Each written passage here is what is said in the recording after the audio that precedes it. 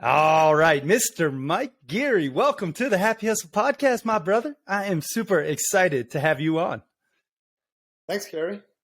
Yeah, man, this is going to be a fun one. I mean, you are for sure a happy hustler through and through.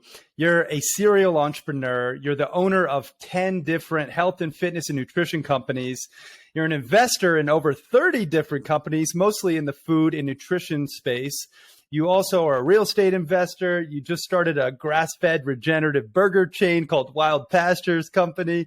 You're an avid outdoorsman and just an awesome human being. Really excited to connect and just talk all things about your email marketing agency and everything you have going on with managing, these massive lists and really helping entrepreneurs grow and thrive, and also helping the planet in the process. But before we get into all that good stuff, Mike, what is something interesting about yourself that not too many people know? Oh, geez. Well, I'm really good at jump rope, as funny as it sounds. I think back in high school, I used to win like the jump rope competitions or whatever. But no, I'm also that's a random little factoid. I love it. I'm also an avid gardener. So with all of my business stuff, I spend a lot of time out in the yard gardening and stuff like that too, for some peace and quiet and meditation. Oh, that's so cool. I didn't know you were such a good jump roper. I'll have to request a jump roping session next time I'm at your house for a mastermind or whatnot. But yeah, man, this is super cool. I mean, I'll just give the audience a little insight. So Mike is someone that I truly look to as a happy hustler through and through, both personally and professionally, blissfully balanced, but making a positive impact. And the cool thing about you, Mike, is you infuse your passion and your purpose to actually make that positive impact. Like, you're very aligned with your companies and what you say yes to. And I think that's so important now more than ever for especially entrepreneurs who are starting to have success. And I want to start here because I think it's really important. What is your filter for decision making when you do have opportunities come to you? How do you decide what you say yes to and what you say no to? Oh, geez. Yeah, because as a successful business owner, people know I'm an investor. I've invested in probably at least 36 companies, a lot of startups or mid-stage companies. And so I get pitched a lot of stuff. I get a lot of offers to be involved in different companies in some way, either as an advisor or an investor, or, sometimes I've even just been just offered equity in a company not even as an investor, just because they want me on their team. So yeah, I have to make sure that it's something I feel like I can actually contribute to, that, and also that I can really trust the owners. I like to build a good friendship with everybody I do business with. If I feel like something's off in the beginning, like I don't have a good feeling about this person, or maybe just I don't feel, or if I just don't feel super passionate about the product itself, those are all reasons that I could maybe just decide not to get involved, because I already got a lot on my plate. So, with actual active involvement and significant ownership in at least 10 different companies. And then, like I said, probably investor status in probably 36 other companies. And then we do, all of our apartment building deals and other stuff. So yeah, my time is very important to me. And, and I really like the lifestyle that I've built. Is something I really like to preserve, and I try to not work more than about 3 hours a day. So the rest of my day is set aside for play. I live here in the beautiful mountains of Utah, and the rest of my day is set aside for playing outside and paddleboarding on the lake and skiing in the winter and mountain biking and hiking and all the stuff that I love, the outdoor stuff that I love. So I need to be really careful about my time and what I get involved in. But yeah, one thing the biggest things I look at are, does it sound like a great product that I think will sell well, or a great service? what can I add anything to getting involved in this, and do I trust and like the owners, and those are the most important things I look at. Yeah, that's a really great filter. And one thing you mentioned was your intuition too, like really leaning into your gut. And I think that is like oftentimes overlooked when it comes to decision making. People focus on the bottom line or the upside. And I think really trusting your gut as an entrepreneur can be your greatest asset, especially when you are making deals on partnerships and who you're going to do business with. And for me, I always have the beer test at like front of mind, where it's like, hey, would I actually want to get a beer with this person? If not, they're not coming on my trips or to my masterminds or in a part of my community, because life's too short to do business with people that just don't fill your cup and suck your energy, So I really like that you mentioned those different, components of decision making. Now, of those 3 hours, Mike, that you typically, are working, what are you doing? What does it look like typically? Do you have like specific tasks that you're completing? Are you, is it variable? Does it change every week? What is that 3 hour time block of workflow typically look like? Well, the way I've been able to structure that is I can only work that kind of 3 hour workday if I have hired the right teams for the companies, or if I'm a minority partner on a company, if they already have a good enough existing team where I don't have to be in. So I'm only involved in higher level stuff, higher level marketing ideas, decisions, stuff like that. I tend to be pretty good at like data analysis too, and some ad copy and things like that too. So headlines, it's a lot of time, and really just like an idea person too. So a lot of times I can come up with good marketing angles and ideas that I think could really, let me just give you an example. So I was just talking to a friend of a friend the other day, has this sunflower seed butter company, and she's trying to grow it. She's struggling a little bit, but the product's really good. I like the taste of it and everything, but I don't think just focusing on the taste alone of this sunflower seed butter is good enough. I think you need to make an enemy of something, and I think the enemy can be peanut butter. So I just told her, that was just an idea that popped into my head. I was like, don't just like people. So if you can make peanut butter out to be the enemy, and I gave her a few ideas. There are a few health reasons why you could pitch that sunflower seed butter might be healthier than peanut butter. But, for example, there's aflatoxin and other mycotoxins in peanut butter. If you could prove that your sunflower seed butter is mycotoxin free, or then maybe, that's just one example of a health benefit of sunflower seed butter over peanut butter. So that idea just popped into my head. That's the kind of marketing angle that could be, a multi-million-dollar ad campaign for that product that she, that her or her current team probably never thought of. So a lot of times those kind of ideas, like I'm good at coming up with those kind of ideas, like a good angle that you can run with in your marketing that, if it hits, can totally transform a business. Yeah, I love that. I mean, that is really important to understand where your unique zone of genius is. I think as entrepreneurs, a lot of times we get bogged down with the minutia, the admin stuff. And you hear Mike's identified where his highest value is. And it's coming up with ideas, being more the visionary, the creative work, the ad copy, the data analyzation, and key decision making.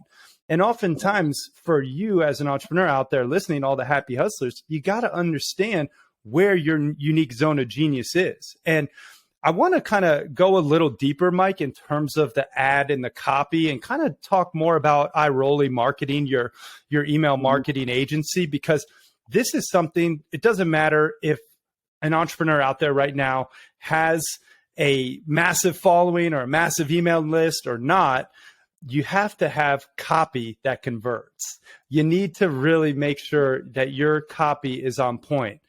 Do you have some copywriting tips or tools or tactics, like maybe, a couple key things that you see entrepreneurs doing wrong that you could actually, help to, infuse some copywriting wisdom? Because I know you've sold, just multiple millions and millions and millions of dollars from good email copy. So do you have anything that stands out as some key things for copy? Yeah, well, it kind of goes along with what I just said about one of the best techniques is making an enemy out of something else.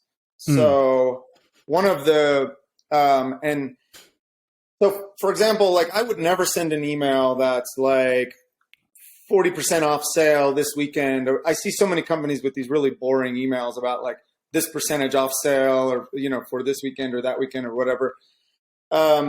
That may be fine for back-end existing people that have already bought your product and they just want to buy more, and then you just give them these sale emails. But if you're selling new customers and you're trying to convert a new customer, another thing that would kind of align with what I said about like if you're selling sunflower seed butter, make peanut butter the enemy. Well, one of my investments, I'm an investor in a company called Magic Spoon. So they sell low-carb, high-protein cereal. And that tastes like the childhood cereals you loved, like Fruit Loops and Cocoa Puffs and stuff like that. So they're sweet cereals, but that only have like 4 grams of carbs instead of like 40. And so what they do is kind of the same thing. They make regular cereal the enemy, and they're the one coming in making a delicious cereal that still tastes as good as those Cocoa Puffs or Fruit Loops that you loved as a kid, but that have, 1/10 the sugar and have, 15 grams of protein instead of 1 gram of protein, so it's a healthier option. So that's another example. Also with headlines, I've always historically seen negative-based headlines generally outperform positive-based.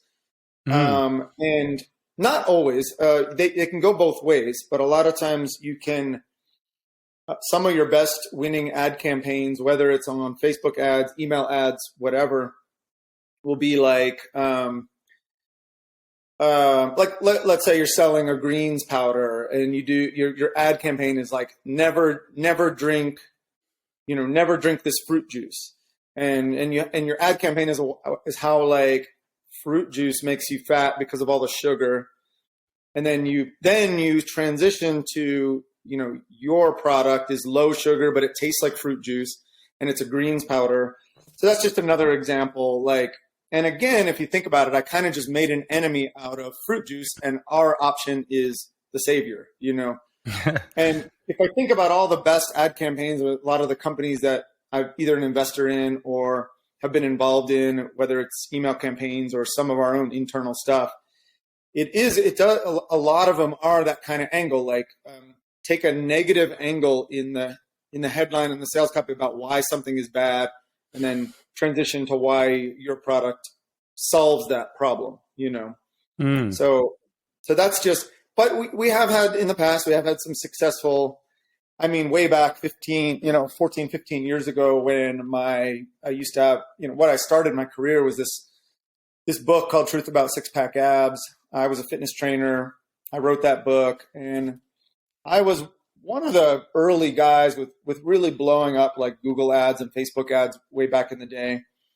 I was scaling Facebook or Google ads back in 2006, and when you could get like 2-cent clicks on Google, it was crazy. But we had positive we had these ads that were like 5 tips for a flat stomach, or 3 foods for 6-pack abs, or you remember the old classic, the one weird trick for a flat stomach.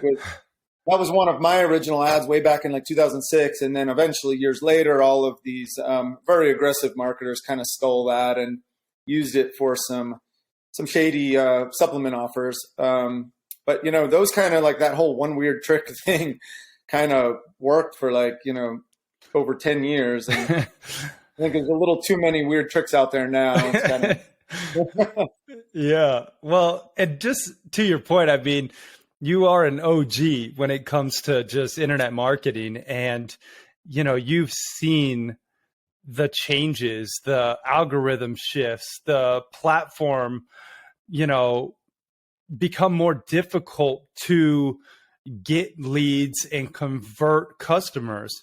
Right now in 2022, as we sit and record this, what do you see right now as the biggest opportunity for entrepreneurs and specifically getting new customers? Well, there in all of the companies I'm involved in, the biggest, the playing field has leveled and changed a lot. Like I know people getting a lot of customers off TikTok now, whereas 2 years ago, I don't think anybody knew how to get customers off TikTok. But I mean, the big ones for years were always like Google, Facebook, Instagram, and YouTube. Mm-hmm. Those are still big. It's just, can be kind of hard. You got to play by their rules and stay in compliance, or you just get banned by them constantly. Mm-hmm. But I still see, so email marketing, and that's one of the things, like we control probably over 50 different health-based or fitness or nutrition-based email lists in our agency, like kind of my main company that we talked about. Mm-hmm. And so we control basically a large amount of traffic. We can send millions of clicks per month to various offers, content, things like that. And so what we do in email marketing, and not just the lists that are internal lists that we own and the 40 plus lists that we manage for other companies, we can use all of those to send traffic, but we also rent email lists from other big companies out there too. So we may have another 30 or 40 lists that we rent email traffic from, meaning like they came up with a rate that say they rent their list for $5,000 a day, meaning they'll send your offer to their list for $5,000. And then it's your job as the marketer to hopefully break even at least and get a bunch of customers, or, you are taking a risk. So sometimes you don't break even and you lose a couple grand, and you're probably never going to make that money back if you didn't get enough customers. Depends on the price point. But sometimes you make money, and sometimes you might even double your money. Or anyway, that's one of the things we do is we've learned the email marketing game. We've learned traffic. We know how to get the most amount of clicks and opens out of every email and try to maximize revenue as well. So that's our game, is like email traffic. So a company that one of my other companies, we might send hundreds of thousands or even millions of clicks per month to a particular offer or several offers. But that just may be one source of traffic for them.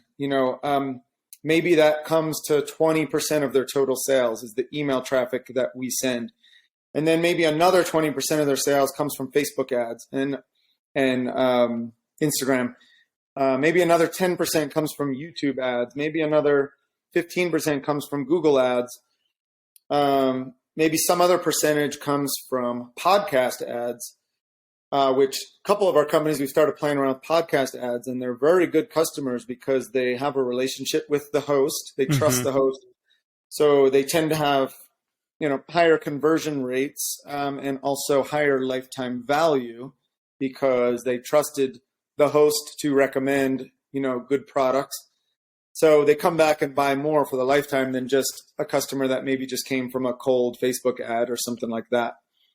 So all of those, and and now people are doing, some companies I know are getting a decent amount of traffic also from influencers and micro influencers. So, you might occasionally get lucky and get a really big influencer to promote your product. And now they may be paid on a commission basis. Some influencers, especially the smaller ones, could just be paid by getting free product. They may just really like your product. Like, like I'm a partner on my friend Danette's and your friend Danette too. Her cacao bliss product. People love that healthy hot cocoa thing and type of thing. And some influencers will just promote it to their following just simply to get free product. So that's a source of new business as well. But if you get a couple hundred micro influencers, you may actually be driving a lot of business from that. Yeah. So those are all the major ones I can think of right now. It's just, I think everyone should diversify traffic as much as you can, and not rely, because I've seen too many companies that built their companies to, 50 million or more a year based solely on Facebook ads, or maybe 90 to 95% of their sales were Facebook ads. And then, they lost their Facebook account and now they're banned for life. Yep. Yeah, that's a really great point. I mean, diversify your traffic, I think, is such a key takeaway. And there's a lot of different options out there. There is Facebook and Google and paid traffic. There's influencers and micro influencers. There's email marketing and different, traffic sources where you can rent a list and send your offer to people's lists. And, at the end of the day, you need to have a solid product or service in order to really, be successful in any capacity. But let's say someone does have a successful product or service, Mike, and they want to maybe even work with you or Irollie. I mean, I'm sure a lot of people out here are like, dang, this guy knows what he's talking about. he's a goat of online marketing.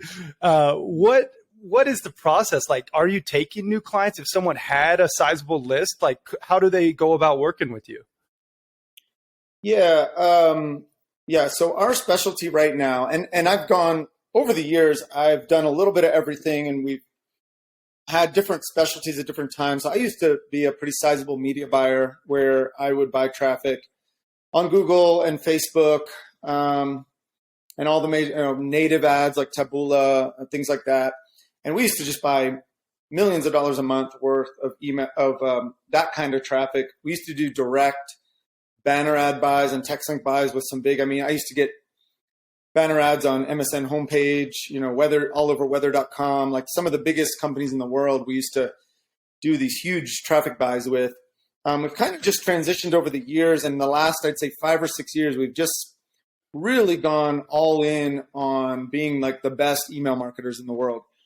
And at least in the health niche. And so we manage 40 some other lists for other companies. A lot of times when we've been able to take over some of these lists, we've been able to double or triple their back end revenue within 1 month.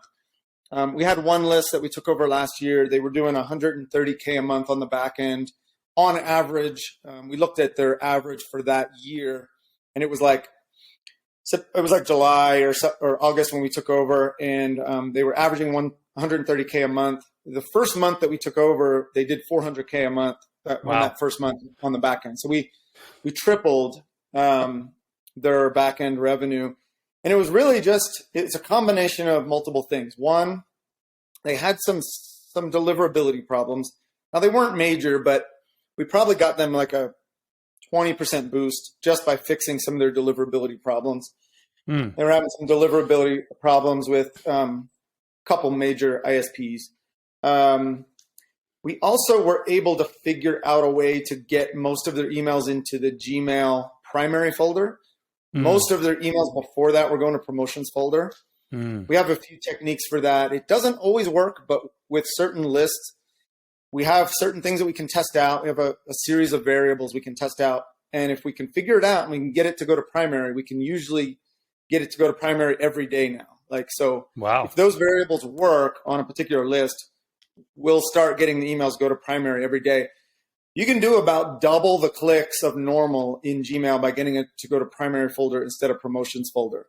So if you're doing, 5,000 clicks a day from promotions folder, we can probably do 8 or 10,000 clicks a day from primary folder. Wow. So that was, and then the other thing was we just have tested way more subject lines, from lines, and we know all of the best content and that kind of everything that goes into sending an email, all those variables. We just have millions of data points per month to test all that stuff. So we're generally sending out, most days of the week, stronger stuff than most of those guys were sending out previously. So that's how we've been able to increase people's back end revenue so much. Yeah. But yeah, so we do have room for more clients. We just hired a couple more people. We have been kind of maxed out on around 40 other lists that we manage for other companies, but we can probably take a few more with a couple more team members that we're hiring shortly. So yeah, we'll leave that information for them. Yeah. Well, let me just, kind of extract a little bit more, because first of all, I think it's so impressive that you can take someone's, email back end revenue from 130K to 400K in 1 month just by doing some, ninja tricks and tactics. But for someone who is interested and maybe is unsure if they qualify, what would be the minimum size email list that you would take on as a client? Yeah, perfect question. Because if someone only has an email list of 5,000 people or 10,000 people, I mean, unless it's really high-end buyers, it's probably not going to be worth anybody's time for us to take on a client of that size. Mm-hmm. I mean, if it depends. So one thing you could say, size doesn't always matter in terms with email lists. You can have a 10,000 buyer list that makes more money than 100,000 leads list. Especially if that buyer list is new and fresh, those customers have all been acquired recently or in the last year or two, versus an old list that was acquired 10 years ago and there's not much life left in it. Those subscribers might have been, whether they're leads or buyers, might have been interested in, again, our topic is health, so they might have been interested in health information 10 years ago, but they might not be interested anymore, or only a very small percentage of those readers might be interested right now. So there's also a revenue threshold. I guess if an email list can do, maybe $700 or $800 a day, or maybe $1,000 a day on a good send, we can usually we can usually work with that. And so if it's somebody who's averaging $500 a day now and they make 15 grand a month, they mail daily. Maybe we could take over. We could get it up to 25 or 30K a month. I mean, it depends. Everybody's different. Some people have already been doing a reasonably good job. Some people haven't even barely tapped into what their list can do. So they might not even know the revenue potential if they haven't been selling that hard. Yeah. Some people just are afraid to sell. So they might send content every day, but they might never. And if they ever do sell, it might be this very, very soft push or just a link at the end that's kind of random. So they might not even know their back end revenue potential. So in some cases, if it seems like a reasonable size, maybe 10 or 20,000 people, we could test it out. We can do 3 sends with that, and we can do that without even officially taking over their list. We don't even have to get their ESP login or anything. We can just say, okay, here's 3 emails that are very different, 3 very different styles. Send them out.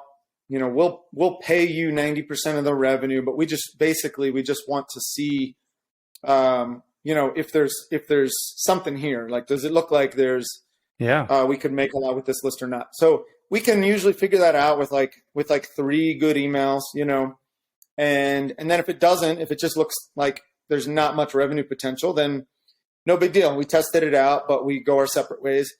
If it looks like there's a lot of revenue potential that maybe the list owner didn't even realize, then, usually they'll be surprised at the revenue, and then they'll be like, wow, okay, well, let's do this then, Mm-hmm. And we also do hybrid methods. So some people, every business owner has very different goals with their email list. Now, some people treat it more like a charity, and they're just super afraid to sell to their people. But remember, it's a business. It's not a charity. So it's like, I always say like Walmart doesn't only sell on certain days of the week. They sell every day. Amazon sells every day. Like they're not like, well, I better send out content this day and I don't want to annoy my people. Like you're a business. You need to sell. That's what a business is there for. So, so that's one of the things is sometimes people are just going way too soft and they're afraid to sell. And when we actually send some emails that actually sell, they actually finally make some good money. So your question about like, what's the threshold? It actually could be all over the place. Like I said, we've seen lists as small as 10,000 people that can make a lot of money, especially if they're fresh, like people subscribed or bought things recently. In other cases, we have people we've taken over lists that were like, they had 1 million leads, but they were really old and they were low quality leads. They were from like 5 to 10 years ago. And we can make sometimes, we can make some money out of them. But if it's a really old, maybe it's not as much as we would have initially thought. We're like, wow, this person has a 1 million person list. We're going to crush it with this. And then we start mailing and we just realize, wow, this data is really old. And, so really it's anywhere in between there. There's, so I'd say like, what can your list currently make on a good send? If it's somewhere in the neighborhood of $500 to $1,000 per day or more, then we can probably do something. Or, 10,000, 20,000 people or more, we can probably do something. But we have lists that are, 300,000 buyers, 500,000 buyers. I mean, we have clients we make, $500,000 a month for.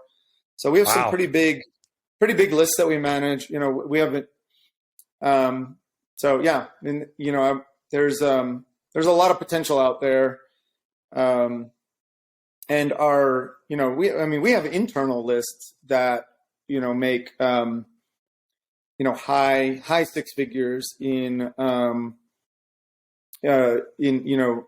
per month in back end email revenue. So there is a lot of potential with some of these lists. And like I said, a lot of times the way that people manage them, there's everything from one end of the spectrum being afraid to ever sell. And on another end of the spectrum, all some of these people ever do is sell. They send 2 emails a day that are really, really aggressive sales messages. And, we usually kind of come in somewhere in the middle. We like to manage a list. We want to give people a reason to keep opening. Yeah. And if you think about it, if you sign up for somebody's list or you buy a product and 2 weeks goes by and all you got every single day was 2 messages a day with a hard sell for something, how much more? I mean, maybe you'll buy a couple things, but I feel like after a couple weeks, most people are going to be turned off and they're going to just start ignoring or they're going to unsubscribe.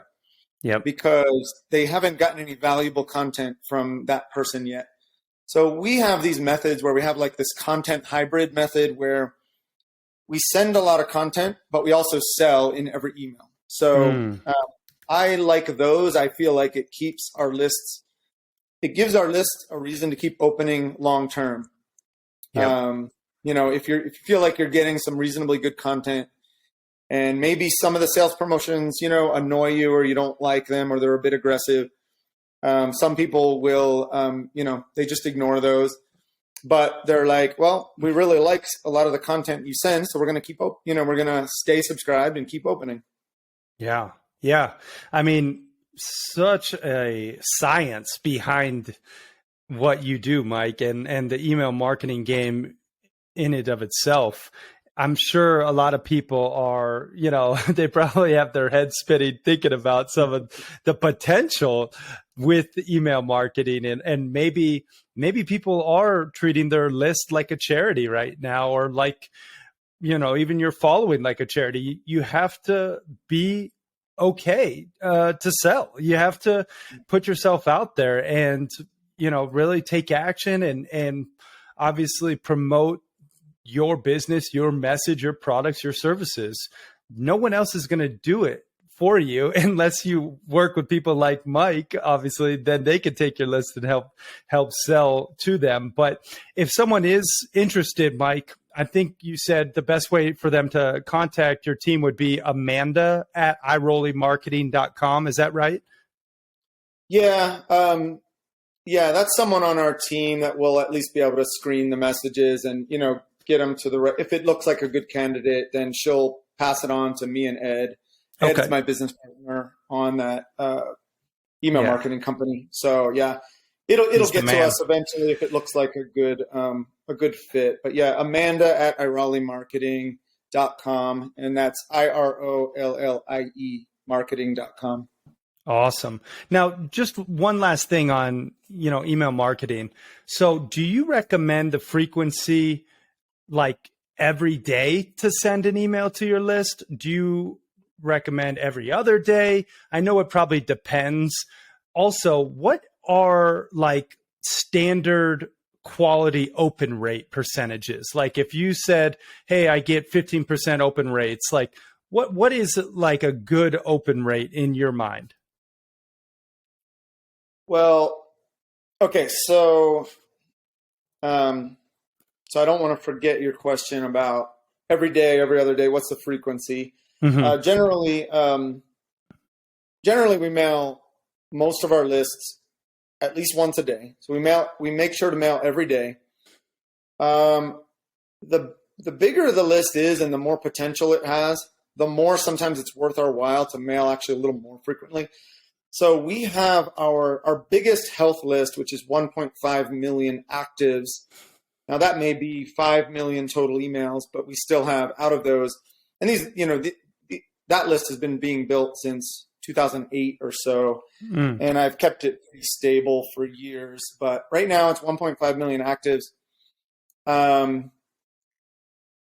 What we do is we've segmented that list into click behavior. So we have people that have clicked on content or offers that were related to, let's say, weight loss or digestion or brain health or diabetes or blood pressure or cancer,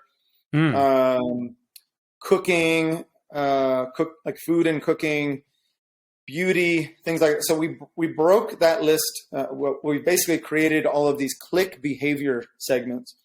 And then once a day, we pick one of those segments and we mail another email that day. So if our main email of the day, let's say, goes out in the morning, then 12 hours later in the evening, we send out to one of our segments. Now the segments could be anywhere from, like, our men's segment might only be 1/10 of the size of our total list. Our weight loss segment might be as much as 50% of the size of our total list. Like, it's pretty big. Cooking might be 30%. So they're anywhere from 10% to 50% of this, but they're very targeted. So they can do more revenue per user basis because what you're sending them is something that they already clicked on in the past. So they're obviously interested in it. So the engagement with those emails is really high. And then, so essentially we send, like, on our main big list, we send like 1 1/3 to 1 1/2 emails a day because we're sending our full list once a day and then we're sending a segment once a day. I know people that send 2 emails a day to their full list. It does burn out the list a little faster, meaning like more unsubscribes. The churn is a little faster, so you will lose people a little faster, but you also make a lot more money in the beginning. So, so for people, like, for those people, they tend to be very high volume lead gen people. They're buying leads or they're doing really high volume of buyers, sometimes of like low price points. So they get a lot of email addresses every day, and sometimes 5,000 or more new emails per day. So they can keep the list reasonable size, even though they're sending twice a day, just because they have such a high volume. And it's, from a business perspective, it's something that they can calculate faster. They can get their value out of the leads within the first month or two, instead of the less frequently you're sending and the more content you're sending, you're going to stretch that time out more, where you're going to get that value over a longer term. And you could argue that maybe over the longer term, you're getting more value if you're sending more content and, things like that. But that's all a big game of numbers, and it could go both ways. There's a lot of nuance in there, and I won't go too much into that. But just on a simple level, once a day is normal. And even for people who choose to not sell every day, they might have certain days of the week they send content, other days of the week they sell, whether it's internal products or third-party affiliate offers. Or maybe, like I said, everybody has a different method. We have our method, which is more like when we send content, we still sell in those emails. Yeah. And we do that about every other day. And then every other day will just be sort of like a straight promotion, like a little warm up with a link right to a sales letter of some sort, whether it's a video sales letter, a written sales letter, or like a free plus shipping offer. Okay. But some people are just a little less frequent. Some people will only sell like once a week, and they'll just send at least something every day to keep their readers engaged. Some kind of content, some kind of quick tip of the day, or link back to their blog or something like that.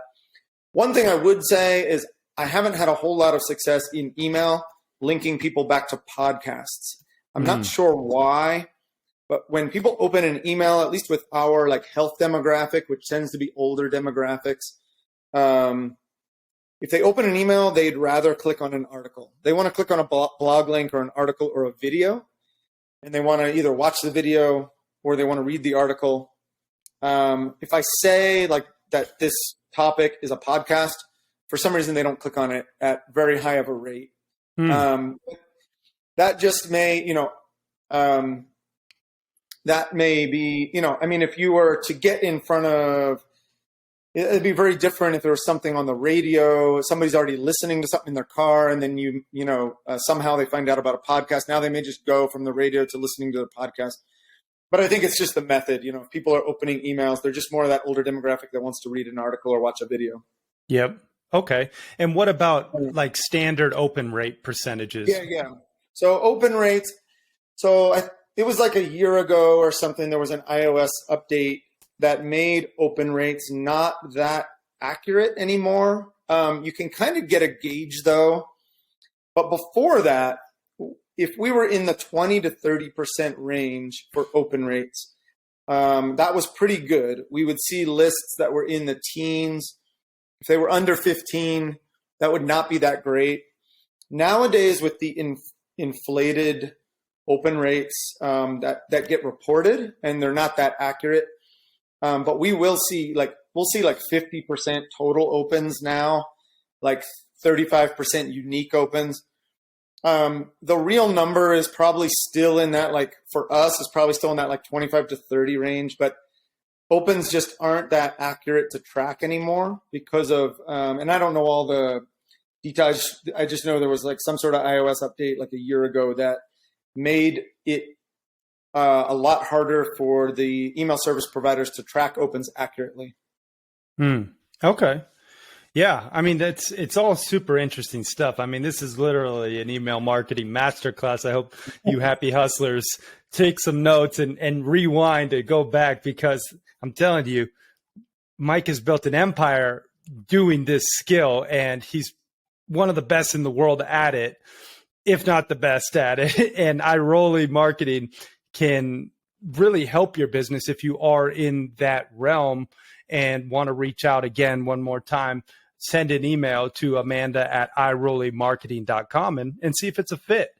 Now, Mike, I do want to transition into some of your endeavors in sustainability, and specifically with your regenerative burger chain, Wild Pastures, which I think is super cool. We had on Paleo Valley's co-founder, Autumn, and she was such an amazing guest. And I know she's a business partner in that venture with you. Give us a little bit of insight as to why, regenerative burgers and how this can really help our climate. Yeah. Well, yeah. So one of my favorite foods in the world is burgers. I've also been an environmental scientist. So my degree in college was actually environmental science. I only got into marketing years later. My career for the first 8 years out of college was an environmental scientist. So I worked for a firm. And then I was also I also became a nutritionist and a personal trainer. At first, it was like a side job. I was an environmental scientist for my day job, but my passion was, for nutrition and fitness was always, goes back to me being a teenager, and I was a nerdy little teenager carrying around a vitamin Bible.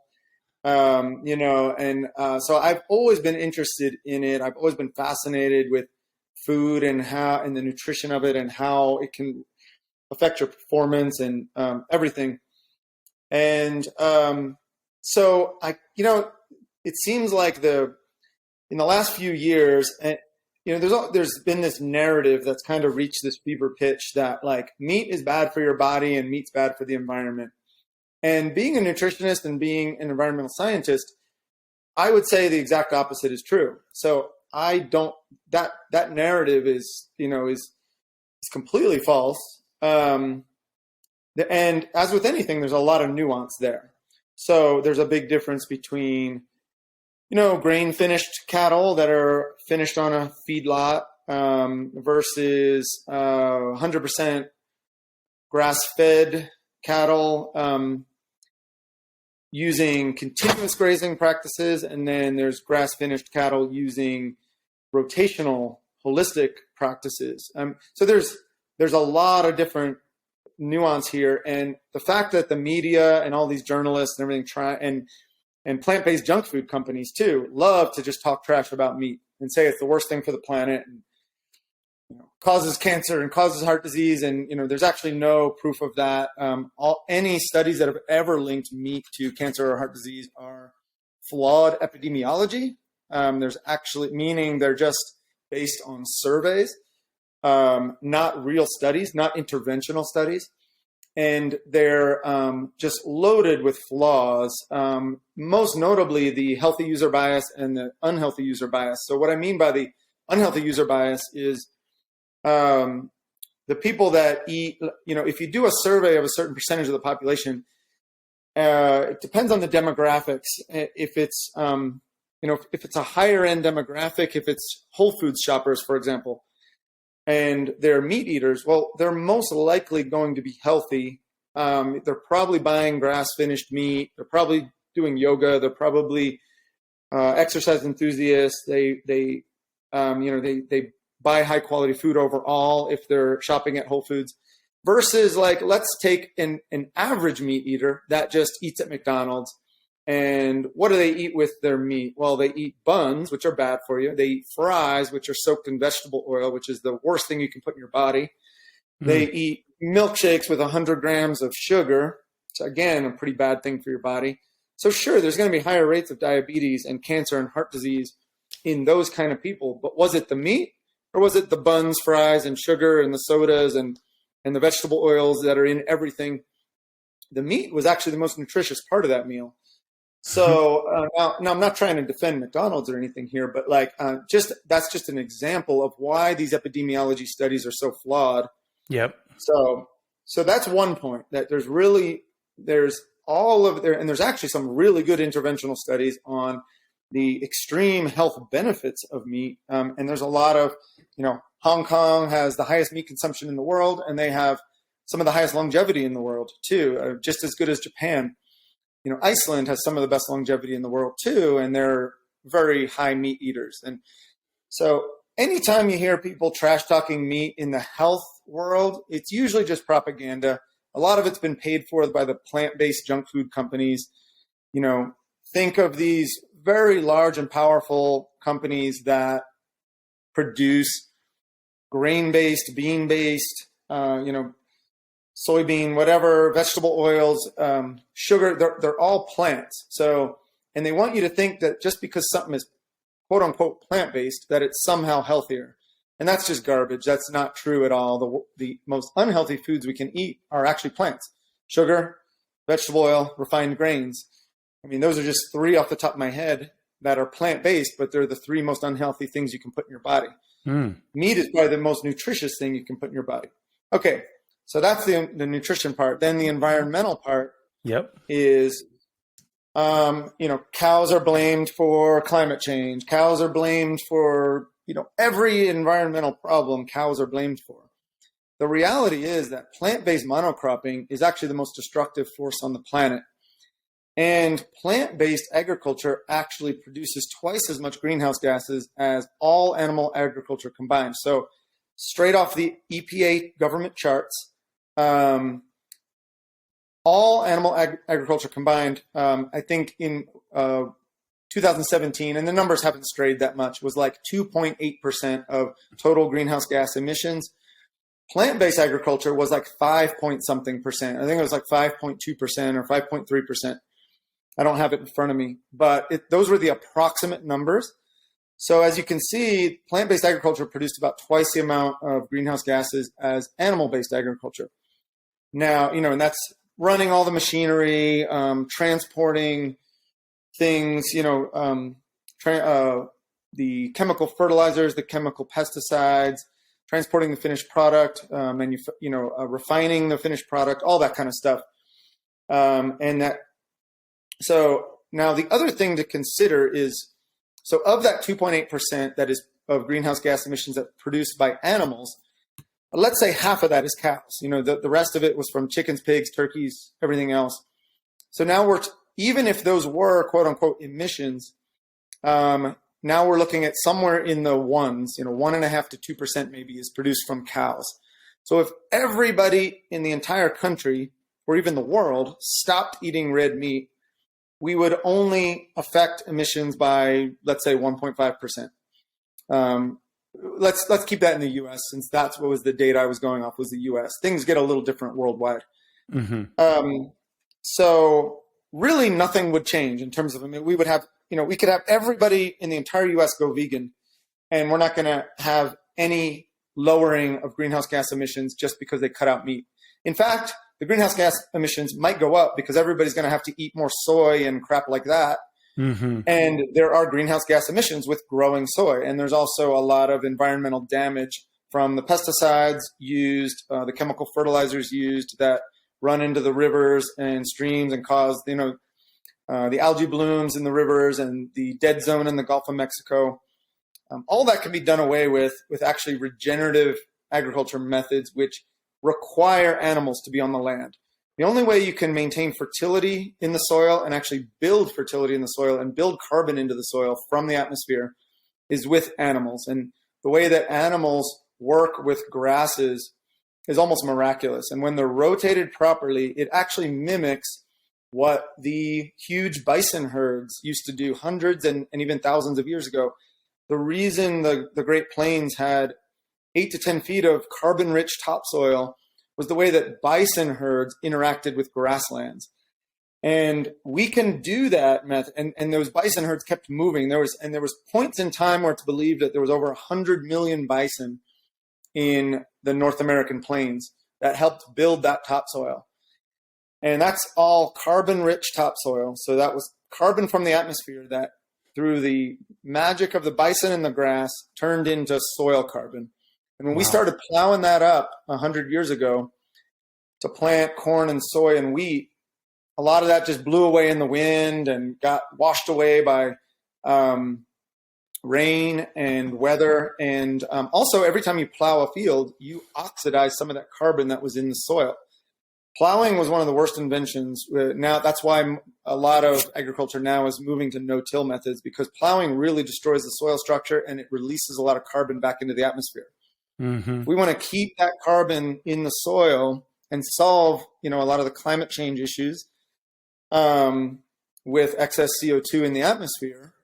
We need to not plow the soil. And rotational animal-based regenerative methods, and it doesn't have to be just pastures.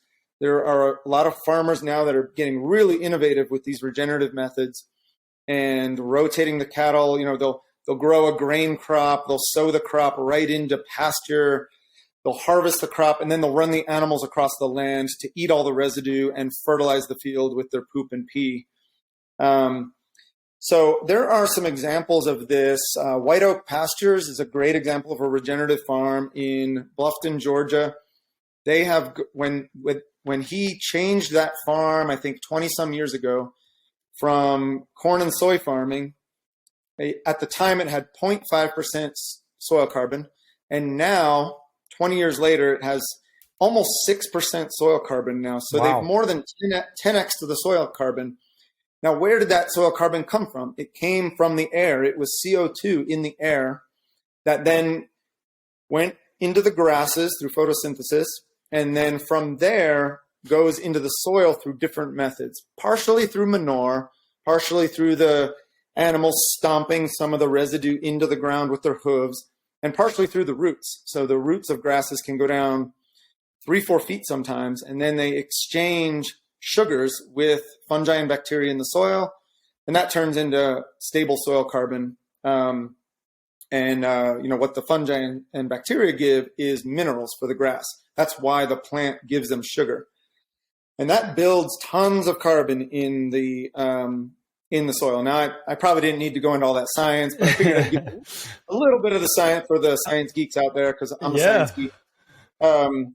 Because a lot of people, when I say that like animals can sequester more carbon in the soil than, and it's a net negative system, meaning they're actually taking carbon out of the air and putting it in the soil. A lot of times people just blatantly don't believe it. They think I'm crazy. They think I don't know what I'm talking about.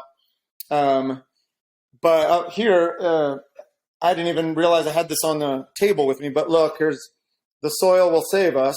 Yep. This is a book that is all about that process of, and I read all these geeky books like that about how, these regenerative agriculture methods sequester just, megatons of carbon. And there's a calculation in the back of that book that if we switch to regenerative practices of farming and ranching worldwide, that we only need to switch 11% of the world's agricultural lands to regenerative methods like this rotational grazing of animals. And that can include plant crops too, but the magic is the animals. And that we could offset 100% of the world's greenhouse gas emissions right now.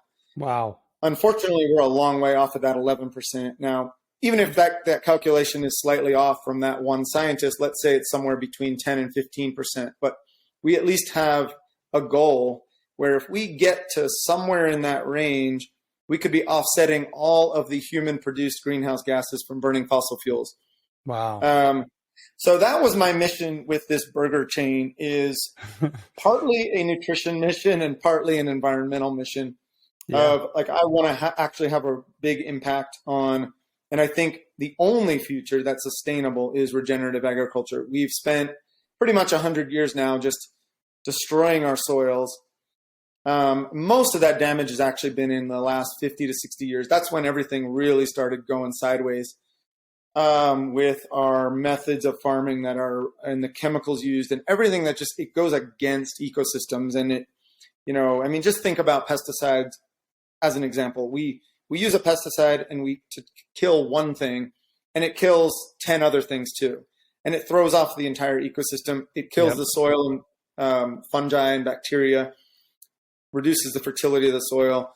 And then now you have a crop that then ends up getting a fungal infection because you messed up the fungi bacteria in the ratio in the soil.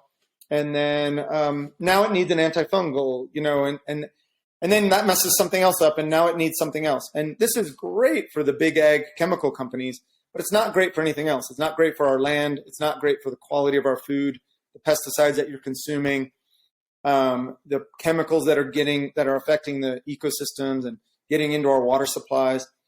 All of that is fixed with these regenerative methods. So that's why I'm so passionate about this.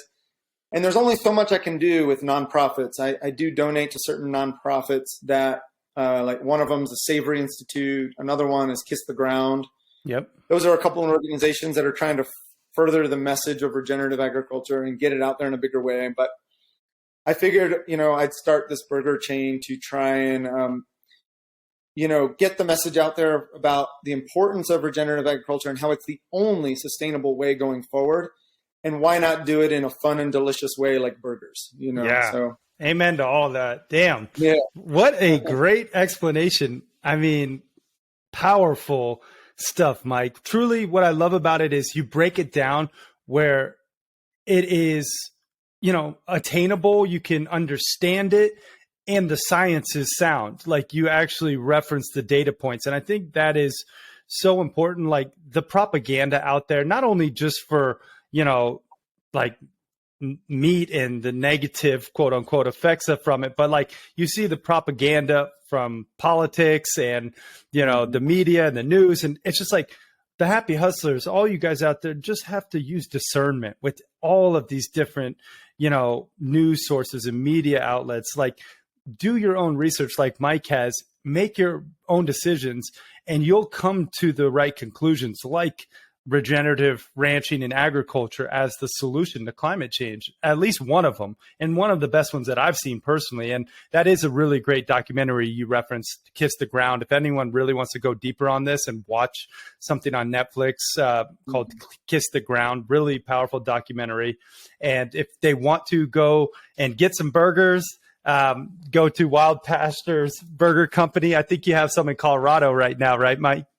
Yeah, we're still in our first year. So we just started our first location in Boulder, Colorado. It's finally picking up steam. I've never been a restaurant owner before. I'm been internet marketer and all these different investor and all this stuff. But I have great partners. Like Chaz and Autumn from Paleo Valley and Wild Pastures Meat Company, and we're all just really passionate about this. This movement, I think is going to be, the next big thing. It has to be, because everything we're doing now in agriculture is just simply not sustainable. Yep. And if you really understand, most people don't understand agriculture, but if you really do understand, it's just everything we do is so silly and clearly not sustainable for the future of humanity. I mean, we need to, the fact that we're wearing out our soils. I mean, you know how many civilizations have crumbled thousands of years ago because they wore out their soils. We're on our way. There are some pretty scary predictions, but luckily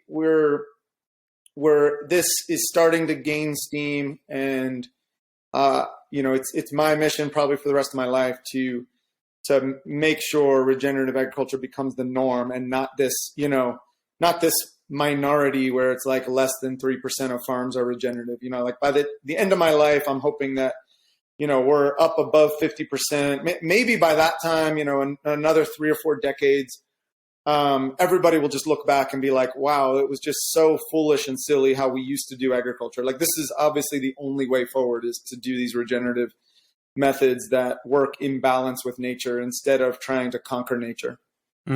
So well said. Powerful stuff, Mike. I love it. I do want to transition to some of the traditional Happy Hustle hack questions, and then we can wrap this interview up. First and foremost, talking about health, maybe something you do that's unique that we can deem a Happy Hustle hack, something, maybe a tip, a tool, a tactic that, you can share with the Happy Hustlers. Does anything come to mind in regards to health? Sure. I mean, I'm a big, sauna. I do sauna and hot tub, cold tub plunges every day. And so I like both heat exposure and cold exposure. I probably do sauna 5-6 days of the week. But I have a funny little morning ritual you'll probably like. So I'll just explain my little morning ritual, because I'm the kind of guy where I don't like to get into work until after lunch. So I like to save the morning for myself, for personal practices and outdoor things and stuff like that I enjoy, and health, daily health rituals too. So I get up, I make a big mug of bone broth, and I go in the hot tub. And while I'm in the hot tub, I listen to podcasts about all the stuff that I'm interested in, like health and environment and stuff like that, regenerative agriculture. And then I cycle hot and cold plunges. I have a cold plunge right next to my hot tub. When I'm done the hot tub, I finish with like a little bit longer cold tub cycle, just like, I don't do anything crazy, but just like maybe like 2 minutes in the cold plunge. And then I have a pool. So I swim now that it's summer and fall. I still have my pool open. So I swim some laps in the pool, maybe for like 10 minutes, get my body all loosened up. And then I have a trampoline in my yard too. So I go and jump on the trampoline for a couple minutes, gets the lymph flowing and, just gets you huffing, just like really feels like it wakes up my body. Yeah. And then I might do some gardening and some stuff in the yard for a while. And then right before lunch, I'll do a sauna session. And then I have my lunch, and then I start work after lunch. So that's a heck of a day. I love it. Yeah. So I love those. Now I understand, like, not everybody's going to have all the time to do all kinds of crazy health hacks and stuff. But prior to if I had a tight schedule and I just had to prioritize a couple things, I'd still prioritize my sauna and cold plunge. And I would prioritize workouts every day and a little bit of stretching. Yeah. So I'm big on weight training, resistance training of any form. So probably 4 or 5 days a week, I'm doing some kind of, I don't do, years ago in my 20s and 30s, I used to do these like hour-long workouts. Now I like shorter workouts. So instead of doing 3 days a week at an hour per workout, now I do like 6 days a week, but my workouts are rarely more than 20 minutes a day. I just like short, and I like to do things more frequently. Yeah. So I'll just get in the gym. I mean, I have a gym in my little garage here. Or in the winter, that garage gets a little too cold, so I'll actually go to a commercial gym in the winter. But yeah, I'm rarely there more than 20 minutes, maybe 30 minutes on certain days. And that's about it. I just focus on, heavy lifts and kettlebells and pull-ups and, battle ropes and all kinds of fun stuff like that. But I try and focus more on resistance training, and I don't do any cardio. But I'm in great cardiovascular shape, because everything I do is weight training wise is pretty, is pretty intense for your heart. And I do swimming, and I go to the soccer field and do some sprints, and then I'm skiing all winter and hiking all summer. So I'm just naturally getting cardiovascular type activities anyway, but you'll never catch me on a treadmill or an elliptical. Oh, yeah. I mean, I will say, knowing you, Mike, the audience doesn't necessarily get to see you probably like I do, but we've shared many workouts, and he's absolutely ripped and very strong. And I know you're, like pushing, you're in your 40s, right? I don't want to. Yeah. I mean, he's almost 50 years old, guys. And if you looked at him, you would never guess that. So he's doing something right and eating meat. So kudos to you, Mike. Those are some great health hacks. Now let's talk about money. I always like to ask my guests, do you have a happy hustle hack in regards to money? Maybe something you do to save or invest or spend wisely that you could share with the happy hustlers? Well, yeah. So my path on money has been interesting over the years, and it's been quite a journey. I'd say back in like 2004 was when I first started my online business. I was still working a full-time job. I was still working like 2 side jobs too. I was hustling for sure, and but I was still in debt. I wasn't making a lot of money, and then my business kind of took off in my internet business. So I was still working my main environmental job, 9 to 5. My internet business, I was moonlighting, building that, and took off in 2006 probably to bigger levels, to the point where in January 2007, I quit my job, my 9 to 5, because I was making about as much with my online business. And then in the months that followed, once I had 100% focus on my internet business, it doubled and tripled and quadrupled, and I never looked back. And I've been working for myself ever since January 2007, had my own businesses.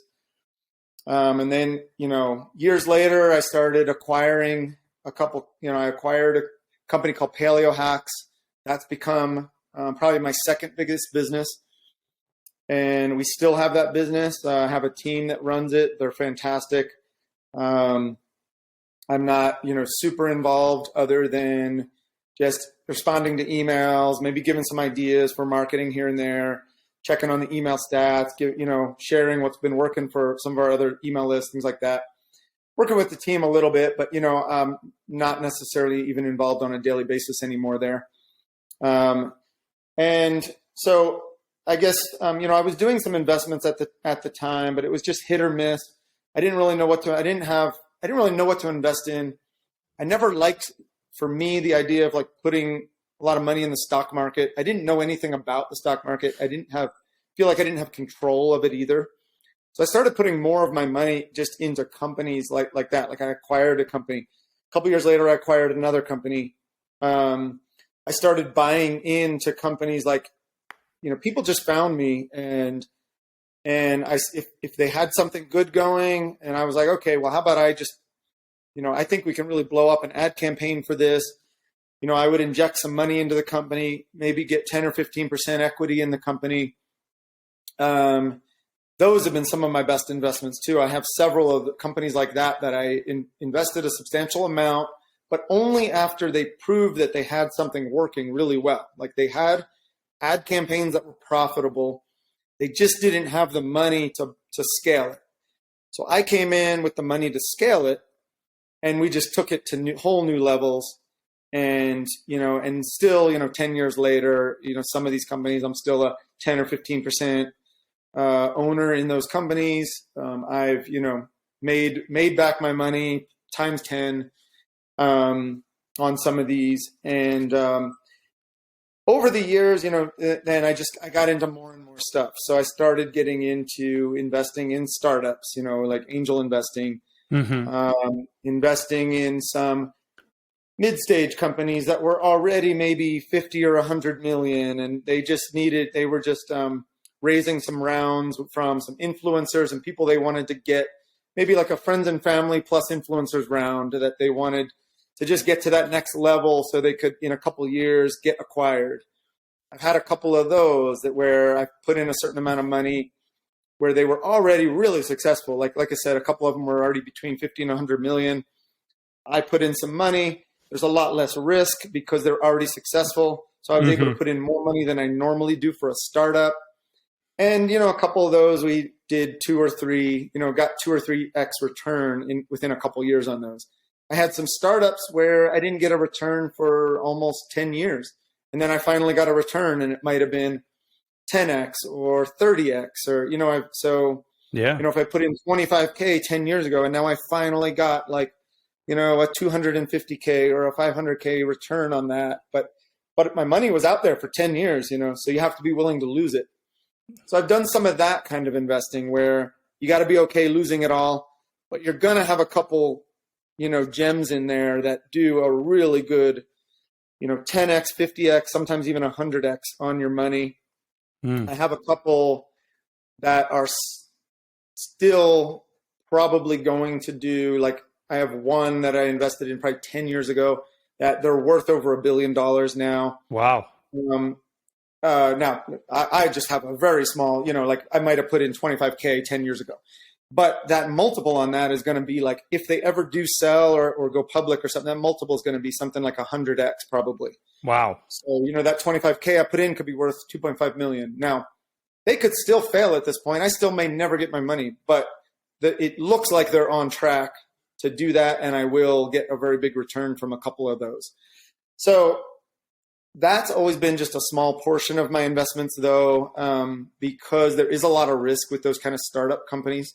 But they can have a really high return. You just sometimes have to wait 5 or 10 years to get those returns. So that's one category of things I invest in. Another category would be apartment buildings. So we've kind of partnered with a couple companies that really nationwide, they know what they're doing. They buy apartment buildings, they fix them up, they increase the rent rates. We get a pretty decent return on that money. We might get just a tiny little percentage of equity in them too if they ever sell the company. And so that's another category that's like much safer. But those tend to average 7 to 10% returns for us, plus some tax benefits, plus a little bit of equity if they sell the building. that's another category of investments we do. And then I have just, and then I try and spread around the rest of the money in other stuff. Some of which may be just a little bit of crypto. I've never been a huge crypto guy, but need to get some stake in it with the way things are going now. So yeah. So there's that. Another, I'm trying to think, there's probably some other categories that we've been putting money into. I mean, I do have just some traditional index funds, things like that, where I have a manager that manages those funds. So again, I said, in my early days, I didn't like to put a lot of money into stocks and bonds and index funds and stuff like that. But I do have a percentage where I have, let's call it 15 or 20% of our total, in those kind of like stocks and bonds and index funds too. Again, it's not my specialty, but I have a guy that manages those accounts too. Yeah. So I just try and diversify as much as possible, and I try and diversify in each category too. So we would in my startup investments, we would diversify with. Now in that, like I've stuck mostly to food and nutrition companies or things that are like health based or paleo, primal, those kind of things. Food companies I've done pretty well in, and we have a circle of influencers in my world that can, that they know what they're doing in food companies, and we can sell we can sell a lot of those food products with our email lists, or we have a pretty good investor circle that can have an influence on the success of those companies. So that's something we've done to kind of increase our chances of success in those companies that would be a little bit above if you just invested in a random company and you really didn't have any influence over their success or not. Yeah. Wow. I really appreciate the depth and the insights. Those are some powerful, tools and tactics when it comes to investing. I know mainly the biggest takeaway is diversify, as you said earlier, when it comes to traffic sources. Definitely diversify when it comes to your income and your net worth. And just real quick, because I don't want to forget this. The biggest mistake I see is people putting almost all of their money in one thing, and then they're really at risk of losing it all. So if you had all of your, I'm sure crypto is bouncing back. I don't really follow it, but I know there was like a big crash this year. Mm-hmm. Like if you had 99% of your money in crypto, like you could have really got effed and lost it all. Or let's say, you had all of your money in some index fund or something like that, and then the economy crashes and all the stocks crash. I consider that just as risky too. At the same time, you don't want all of your money in just a savings account either, because you're not making any interest. I mean, you do have these high yield savings accounts now. I do have a decent amount of money in high yield savings accounts too. Right now, they've bounced back up to around 2%, which is not bad. At least it's something. Yep. But again, if those banks go out of business, you could lose your money above and beyond the 250,000 FDIC insured. So you got to keep all that in mind about the risks of and the more ways you can spread your money around, the safer you're going to be. Yeah. And that's what I look at. I try and have my money in so many different things that if any one thing completely crashes or has a really large crash, I'm still pretty safe. Yeah, that's awesome. One last Happy Hustle question, and then we'll do the rapid fire round. Do you have a hack when it comes to spirituality, something that you do to connect to a higher power or to tap in? I mean, I'm big into having faith in something bigger than yourself. I don't really care if the Happy Hustlers believe in one God or another, or organized religion. For me, it's just connecting to something bigger than myself. Do you have something in this realm, a spiritual practice that you can share? Yeah, the god of shrooms, and I love psychedelics. Psychedelics changed my life about 8 to 10 years ago. Was the first time I did psilocybin shrooms. over the last 8 to 10 years, I've done, 5-MeO DMT, LSD, ibogaine. I'm doing ayahuasca this fall. MDMA has been an amazing substance to help break open a lot of men, including me, emotionally. A lot of men have a hard time sharing their feelings and emotions. Psilocybin and MDMA have probably had the two biggest, and DMT have had the biggest impact on me with just being a more balanced human and not being so closed off emotionally and being able to connect deeper with humans and also just having a good big picture view of your place in the world. I think my very first shroom journey 10 years ago changed my view completely of my place in the world and things that I was stressing about. And you can get in this trap of you get caught up in all these little stressors of life, and you can really let it weigh you down. And when I did shrooms towards the end of that first trip, it made me realize that the majority of the things that I was letting myself get bogged down and stressed out about were really just minutia in the grand scheme of things. And it really I just had to take a step back from all those things and realize life is beautiful. We're only on this planet for a short period of time. Maximize your time here. Don't get caught up in silly grudges and not talk to family members for 10 years of your life. And, and just forgive people and realize that everybody's doing their best, but people have trauma. They have fears. If somebody screws you over, it's not because they hated you, but it's because they have fears and trauma in their life that made them do that. And if you think about it that way and you realize this, everybody's just even bad things that happen to you. What can you learn from that bad thing that happened to you? Or if it was a person that did something bad to you, are they really a terrible person deep down that you should never forgive again? Or were they just a human with flaws just like you, and they were acting in fear at that time in their life. Maybe they screwed you over or did something mean to you, but you can't walk around for the rest of your life with that stress and that feeling, whatever that negative feeling is towards them. You need to just let that go, forgive, and realize that we're all just doing our best here on this to try and navigate this life. So I'm not religious. I'd consider myself spiritual. I don't know what's out there, but but I do know that psychedelics, the healthy ones, the ones I consider, like shrooms and LSD and MDMA, and I have a lot of friends that have amazing experiences with ayahuasca. I'm going to do it in a couple months here, but I've just seen so many lives changed by this stuff. There are some risks, and you got to be careful, and you got to do some research on it. And there are some ways to do it with an experienced therapist and practitioner in the safest way.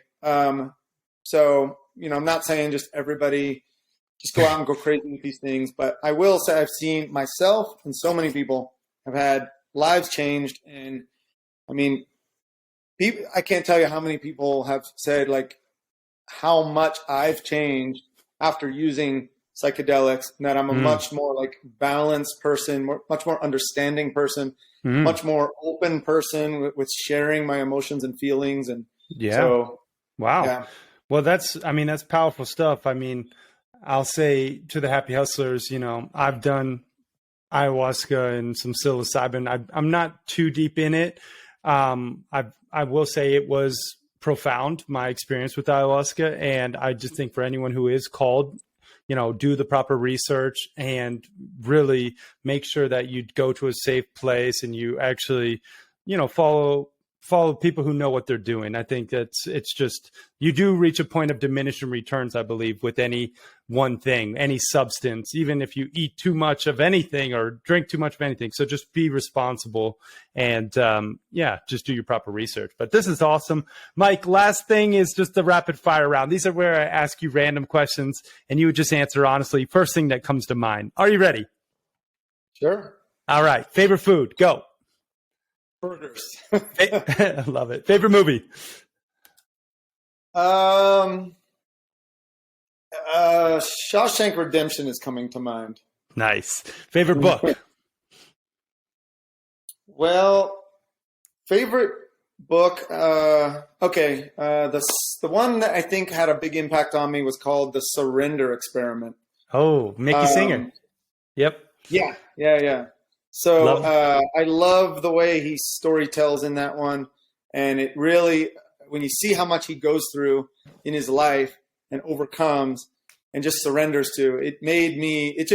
It really helped me figure some things out for myself and surrender to things better. Yeah. Yeah. And Grant, my brother, Grant was his personal mentee, and I've met Mickey and meditated with him multiple times. So yeah, that's awesome. Favorite biohack? Biohack. I'd say the hot and cold exposure. I'd say that's my favorite. Yeah. Best business advice? I would say do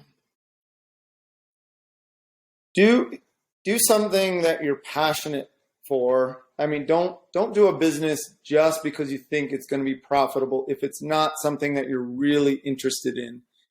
So you obviously I think you want to combine both. You have to make sure that it's a product or a service that is going to have a high need and desire. But the things that are going to truly make you happy in life are doing things that you're really interested in and passionate about, which is why I've started the Regenerative, the burger chain with the environmental mission, because I just know that's my life mission for the rest of my life, so I'm going to love every second. It's not going to feel like a job, Yep. Amen. What's your spirit animal?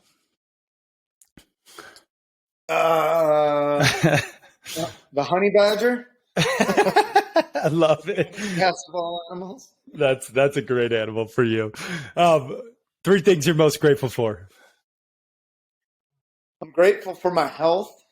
Without a cape, I'm just so grateful that I have a body that's capable of, having fun and feeling good every day and not, if you're not functional and feel good every day, then you're already at a disadvantage in success and everything, and happiness and everything. So I take really good care of my body, and my mind, to be sharp physically. And, so 3 things grateful for.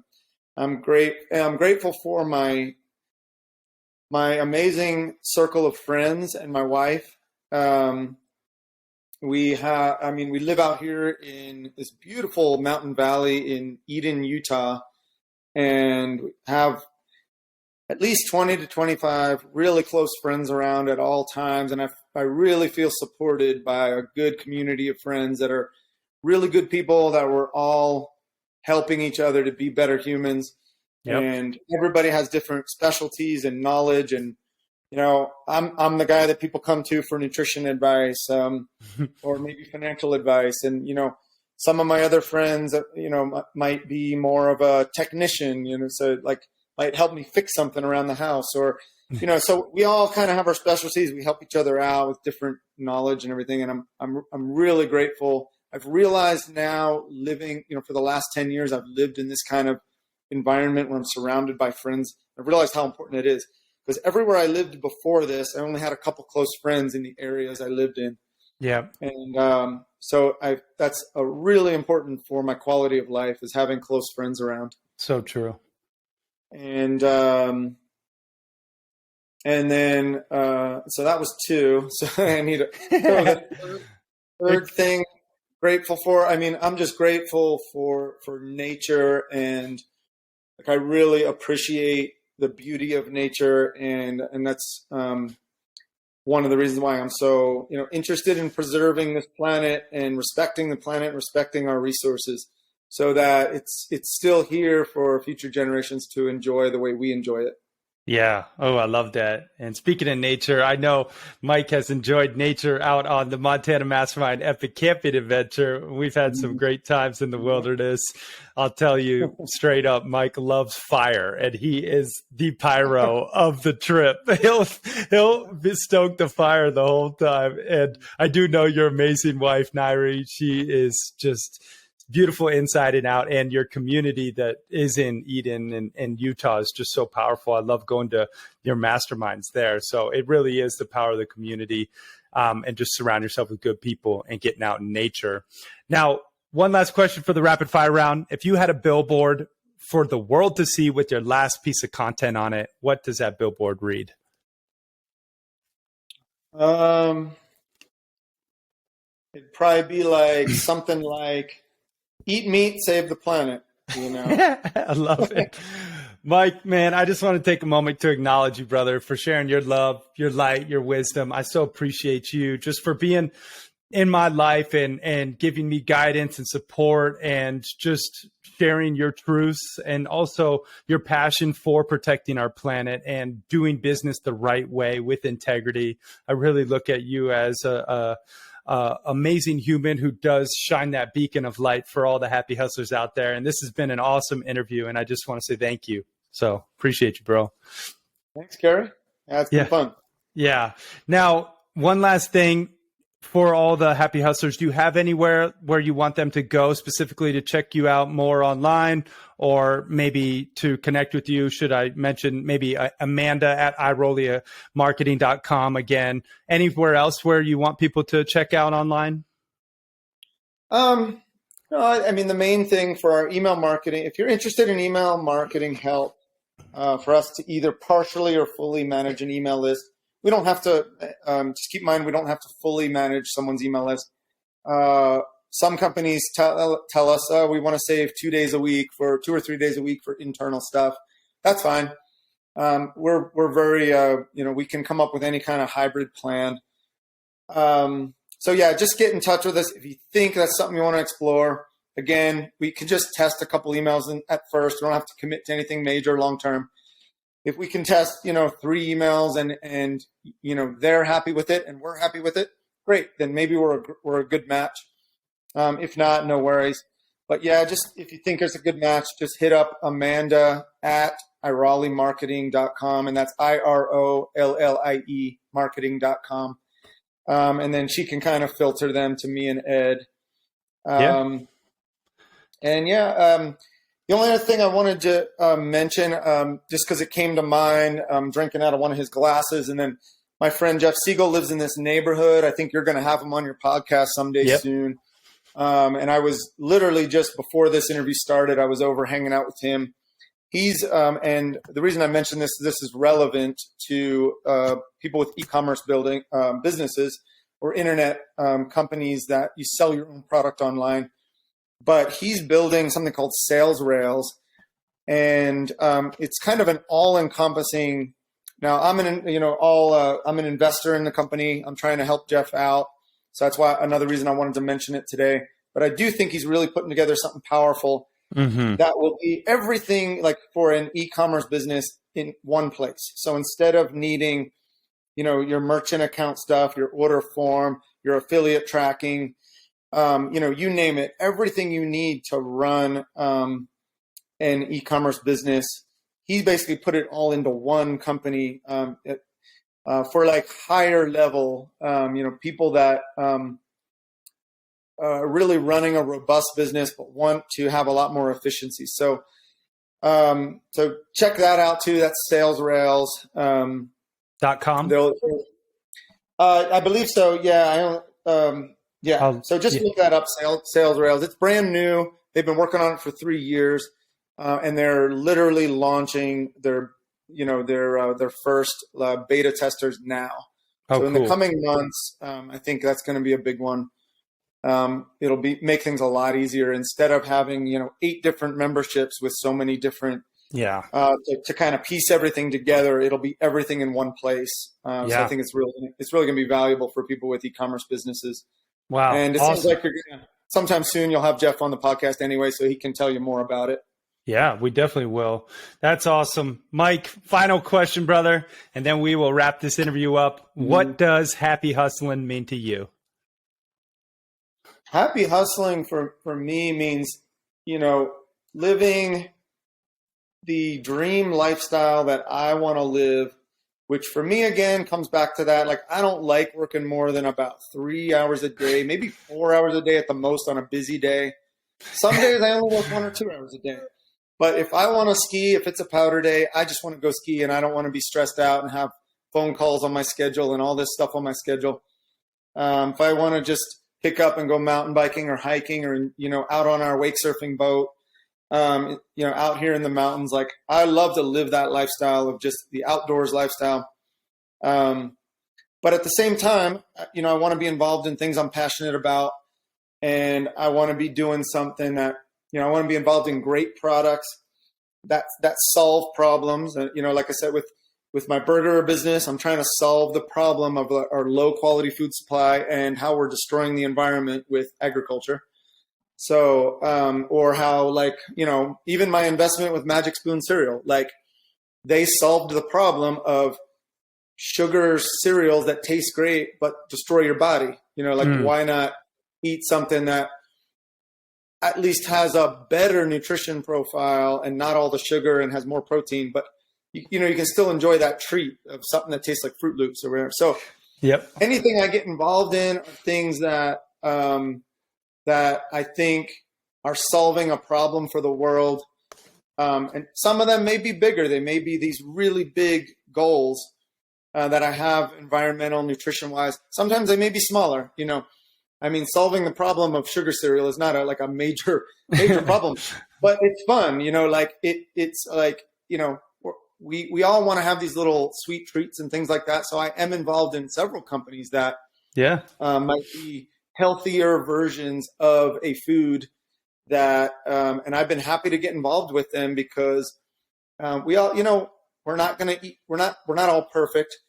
And we do want to enjoy these little treats, but we don't want 50 grams or 100 grams of sugar with it, So, so anyway, that's my happy hustling, is doing things that I love or products that I love, but mostly still having like my time freedom and my financial freedom to live my life the way I want to and not feel stressed out. And, it took a while to get here, but I'd say in the last 5 years, I've really been truly living my perfect happy hustler lifestyle that is just perfect for me. I love it. So well said. Mike Geary, everyone. Thank you for watching and listening. We are out. Peace and love, y'all. Yeah, thanks, bud. Woo!